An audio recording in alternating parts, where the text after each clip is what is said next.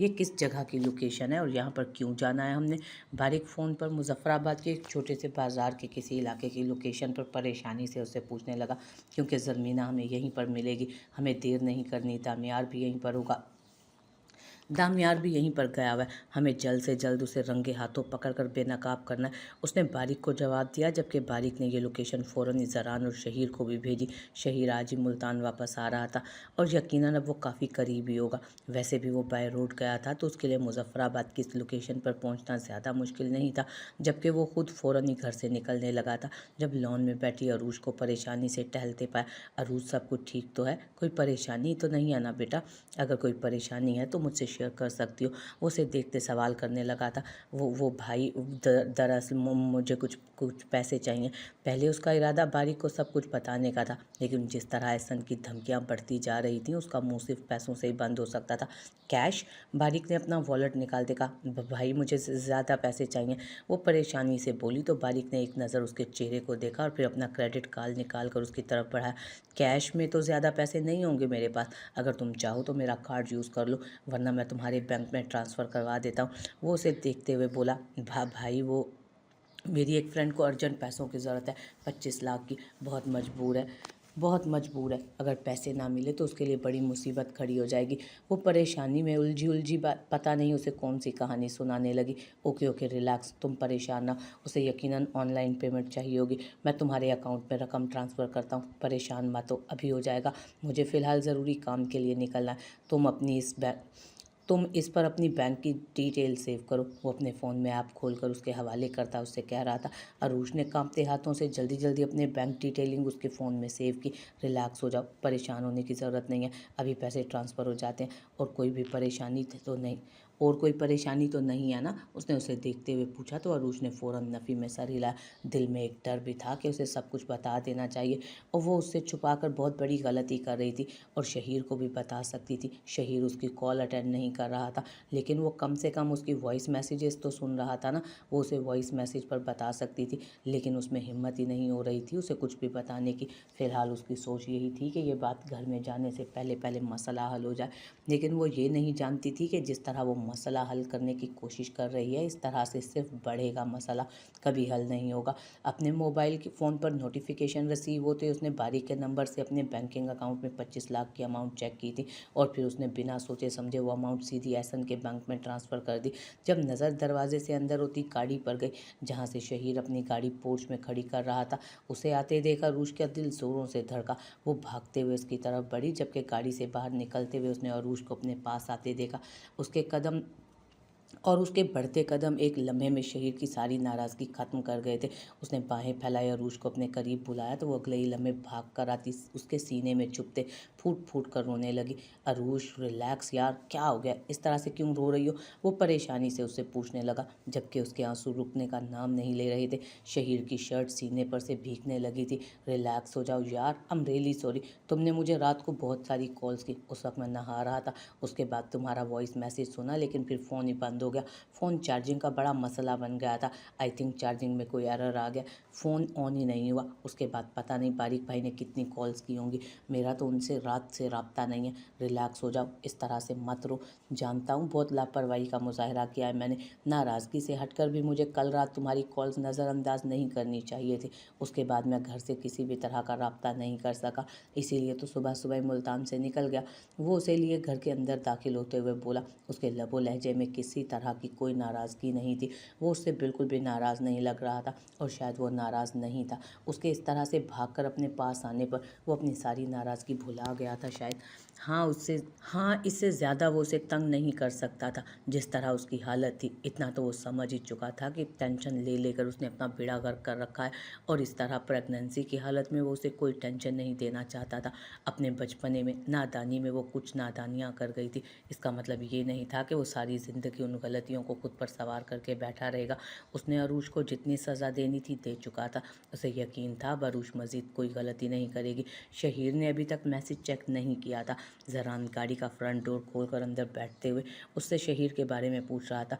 जब उसने जवाब दिया, मैं रात से फ़ोन कर रहा हूँ, फ़ोन नहीं उठा रहा है मेरा, हो सकता है रास्ते में हो, कोई सर्विस का मसला हो, वरना कल रात आखिरी कॉल पर उसने मुझे बताया कि वो सुबह निकल आएगा मुल्तान से। जहरान ने उसे देखते हुए कहा, जबकि बारिक सिर्फ हाँ में सर हिलाता गाड़ी एक दफ़ा फिर से स्टार्ट कर चुका था।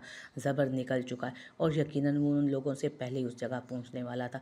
जबकि शहीर को जब भी मैसेज मिलता वो सीधा मुल्तान के लिए निकलने वाला था। भाई पता कैसे चला उस औरत के बारे में? मतलब हम फिर से किसी गलतफहमी का शिकार तो नहीं है?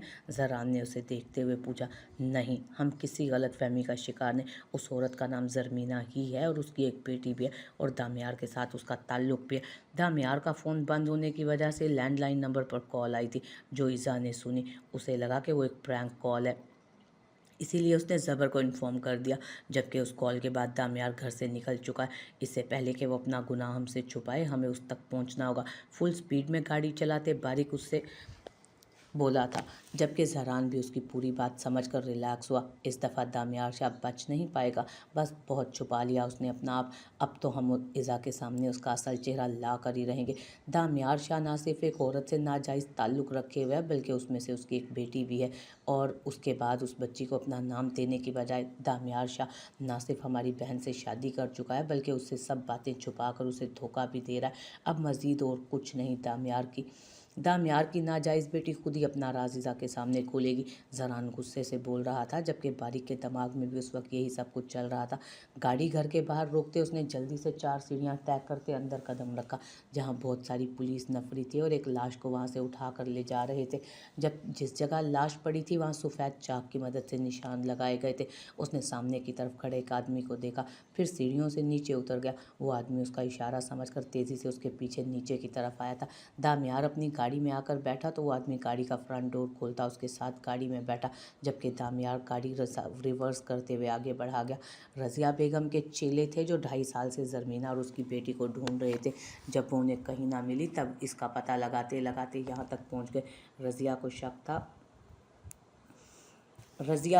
था कि आप उसके बारे में जानते हैं, इसीलिए आप पर गोली चलवाई गई थी। उसे लगा कि आप पर गोली चलने की वजह से ज़रमीना बाहर निकल आएगी, लेकिन ऐसा नहीं हुआ। ज़रमीना ने आपसे कोई ताल्लुक़ ना रखा और ना ही इस दौरान आपसे रब्ता करने की कोशिशें की और ना ही वो आपसे मिलने के लिए आई थी। लेकिन कुछ दिन पहले उसकी बेटी की तबीयत बहुत ज़्यादा ख़राब हो गई थी, जिसकी वजह से वो अपनी बेटी को अस्पताल ले गई थी। अपनी बेटी की हालत ज़रूरत से ज़्यादा ख़राब देखकर वो बेचारी पर्दा तक करना भूल गई थी और उसका पर्दा ना करना उन लोगों की नज़र में आ गया। वो अस्पताल से उसका पीछा करते यहाँ तक आए थे। 2 दिन पहले मुझे ज़रमीना ने बताया भी था कि वो उन लोगों की नज़र में आ चुकी है। मुमकिन है वो लोग किसी भी तरह से यहाँ तक पहुँच जाए, इससे पहले कि उसकी बेटी आप तक पहुँचाने का कह रही थी वो, और उससे पहले वो अपनी बेटी को आप तक पहुंचाने का कह रही थी। लेकिन मैं आपके हुक्म अदूली नहीं कर सकता था, इसलिए मैंने ज़रमीना की बेटी को आप तक नहीं पहुंचाया। लेकिन कल रात वो लोग ज़रमीना के घर में कत्ल करके उसकी बेटी को अपने साथ ले गए। उसकी बेटी की हालत बहुत ख़राब है साहब, वो बहुत बीमार थी अब तक। अगर वो उन लोगों की गिरफ्त में मरी ना भी होगी तो वो ज़िंदा भी नहीं होगी, ज़िंदा लाश होगी। वो आदमी परेशानी से उसे बता रहा था। उसने खुद उस आदमी को उस इलाके में हायर किया था ताकि वो ज़रमीना और उसकी बेटी के एक एक लम्हे की खबर उस तक पहुंचाता रहे। आज सुबह मेरे घर पर तुमने फ़ोन किया था? उसने उसकी तरफ देखते पूछा तो उसने फ़ौरन हाँ में सर हिलाया। जी साहब, आपके घर पर फ़ोन मैंने ही किया था और उसके बाद मैंने आपको पूरी बात बताने की कोशिश की, लेकिन आगे से कोई लड़की बोली तो मैंने फ़ोन बंद कर दिया। आपके नंबर पर बहुत कॉल करने की कोशिश की, लेकिन आपका नंबर लग ही नहीं रहा था। रज़िया बेगम इस वक्त कहाँ होगी?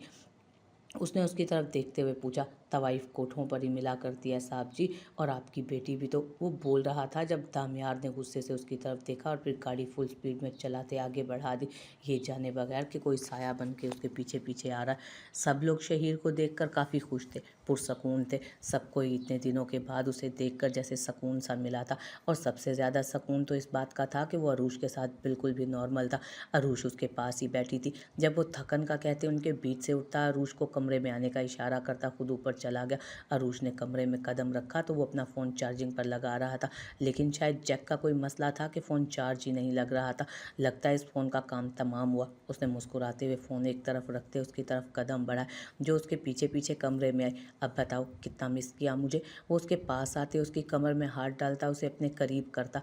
उसे सवाल करने लगा था। अंदाज सरगोशियाना था। आप आराम करें, इतना लंबा सफ़र किया है, थक गए होंगे। उसके गाल दहकने लगे थे। इतने दिनों के बाद शहीर की इस गुर्बत पर बीवियों को आराम करने का मशवरा देने की बजाय थकन उतारने का इंतज़ाम करना चाहिए बेगम साहिबा। ये बात आप कब सीखेंगी?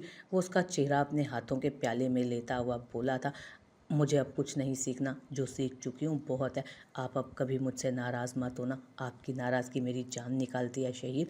मैं जानती हूँ मैंने बहुत गलत किया, मुझे वैसा नहीं करना चाहिए था, लेकिन उस वक्त मुझे कुछ समझ ही नहीं आ रहा था, मेरा दिमाग काम ही नहीं कर रहा था।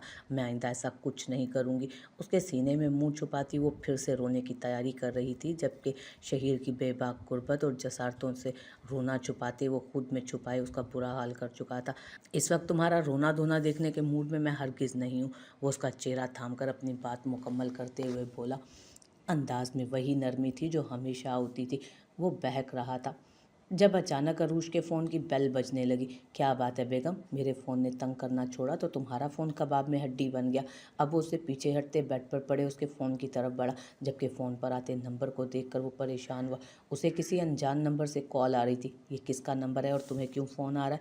इस नंबर से, वो उसकी तरफ देखते हुए बोला, जब अरूश ने तेज़ी से आगे बढ़ते उसके हाथ से फ़ोन छीन लिया। ये वो मेरी फ्रेंड का नंबर है, मेरी यूनिवर्सिटी में फ्रेंड थी, मेरे साथ में, बाद में बात कर लूँगी। उससे लेकर वो फ़ोन काटते हुए एक तरफ रखते बोली तो शहीर ने पहले उसके उड़ते रंग देखे, फिर हल्का सा मुस्कुरा दिया। मतलब मेरे पास आने की इतनी जल्दी है कि तुम अपनी सहेली का भी फ़ोन नहीं उठाओगी?